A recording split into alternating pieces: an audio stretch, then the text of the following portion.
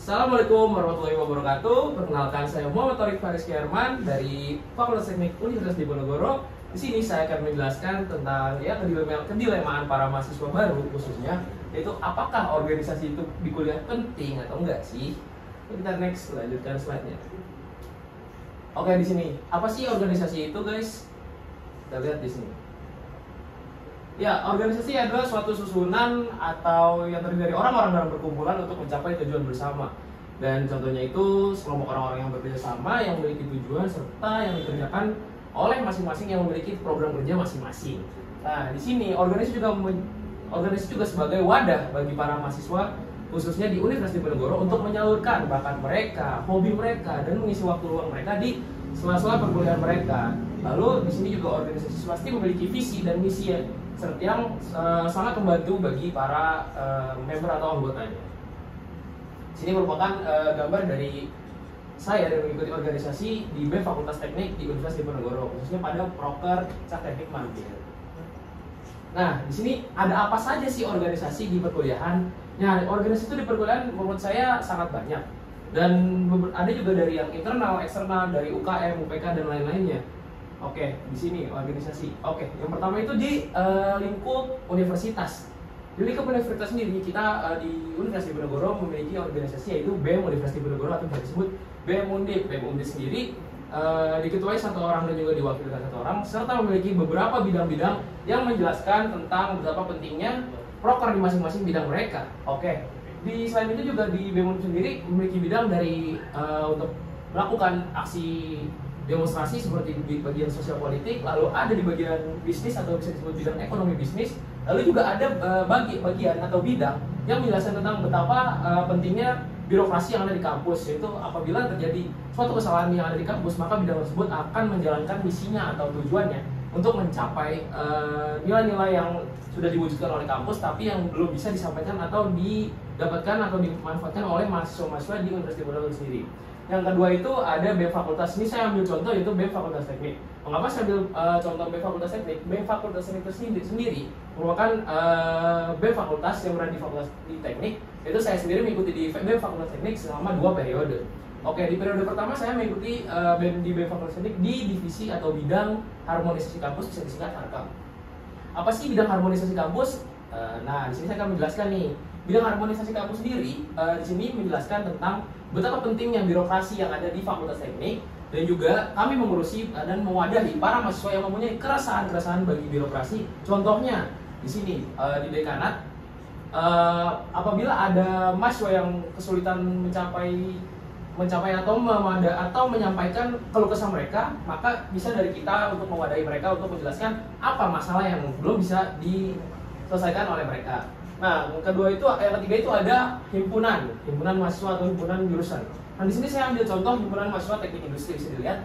Nah, himpunan mahasiswa teknik industri sendiri memiliki lingkup satu jurusan saja, yaitu khususnya di teknik industri sendiri. Mengapa teknik industri? Karena saya sendiri berkuliah di teknik industri atau jurusan teknik industri. Untuk teknik industri sendiri memiliki juga ketua himpunan dan juga wakilnya. Biasanya ketua diketuakan oleh lelaki dan juga wakil oleh perempuan dan berbeda angkatan. Oke, di HMTI sendiri juga memiliki beberapa proker dan juga beberapa bidang. Yang biasa saya sebutkan adalah bidang ilmu keilmuan, PSDM, MIKA, minatan bakat, kepedulian sosial, dan juga bidang-bidang lainnya yang dapat menunjang kebutuhan-kebutuhan yang ada di jurusan tersebut. Dan untuk organisasi eksternal juga ada, jangan salah loh teman-teman. Di sini juga organisasi eksternal juga saya ambil contoh AIESEC. AIESEC ini merupakan organisasi eksternal yang lingkupnya sangat besar menurut saya. Karena di setiap universitas itu pasti ada orang yang mengikuti AIESEC. AIESEC itu apa sih teman-teman? AIESEC itu merupakan organisasi eksternal yang berbasis atau mengajarkan dan mewadahi manusia untuk belajar bahasa Inggris khususnya. Oke, next.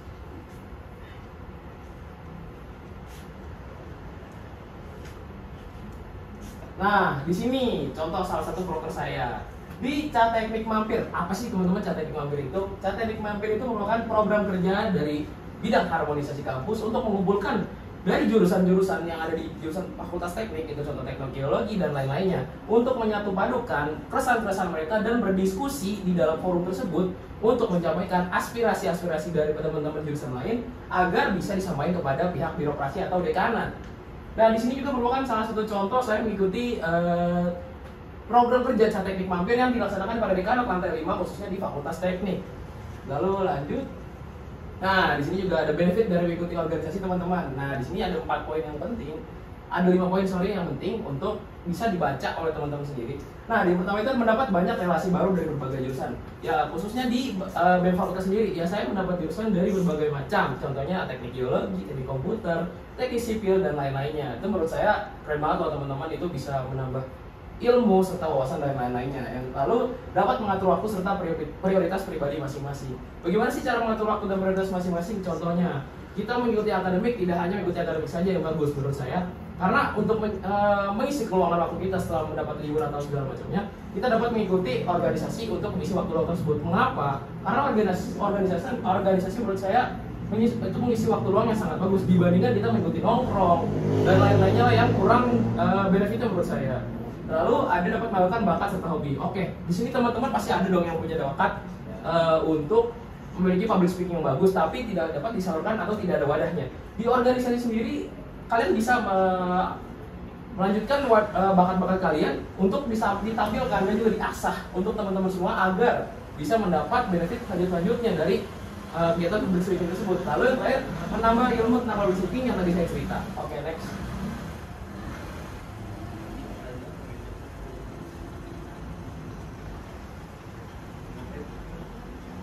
Nah, di sini juga ada benefit mengikuti organisasi. Nah, di sini saya menampilkan adanya BUMN, Freeport, Schlumberger, dan juga startup. Apa sih mereka-mereka ini? Nah, mereka-mereka ini merupakan perusahaan-perusahaan yang prioritas atau sangat tinggi untuk dituju oleh para mahasiswa Fakultas Teknik. Mengapa? Karena ya Fakultas Teknik itu dengan intinya atau biasanya tuh stigmanya pasti kan ke pertambangan atau Pertamina, Schlumberger sebagai pengeboran, BUMN juga banyak kan guys untuk perusahaan-perusahaannya.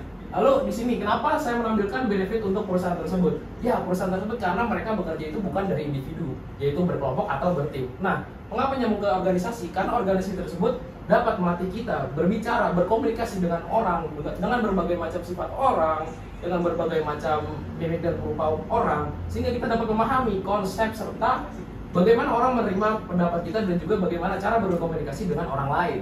Oke, di sini startup. Mengapa startup? Ya, startup merupakan suatu perusahaan yang baru berdiri sebagai contoh Shopee, Tokopedia, dan lain-lain. Mengapa saya mengambil startup juga untuk pekerjaan? Karena startup sendiri untuk awal biasanya sebagai awal para mahasiswa untuk mencari bakat dan juga mencari pengalaman mereka di dunia pekerjaan. Balik lagi ke organisasi. Kenapa startup juga berpengaruh? Organisasi berpengaruh kepada mereka semua. Yang tadi saya bilang, organisasi ya menurut saya sangat menunjang lah bakat kalian untuk berkomunikasi dengan lainnya. Karena yang saya bilang tadi, organisasi itu dapat membuat kalian bekerja sama dengan tim, maka akan terbiasa di nanti dunia pekerjaan.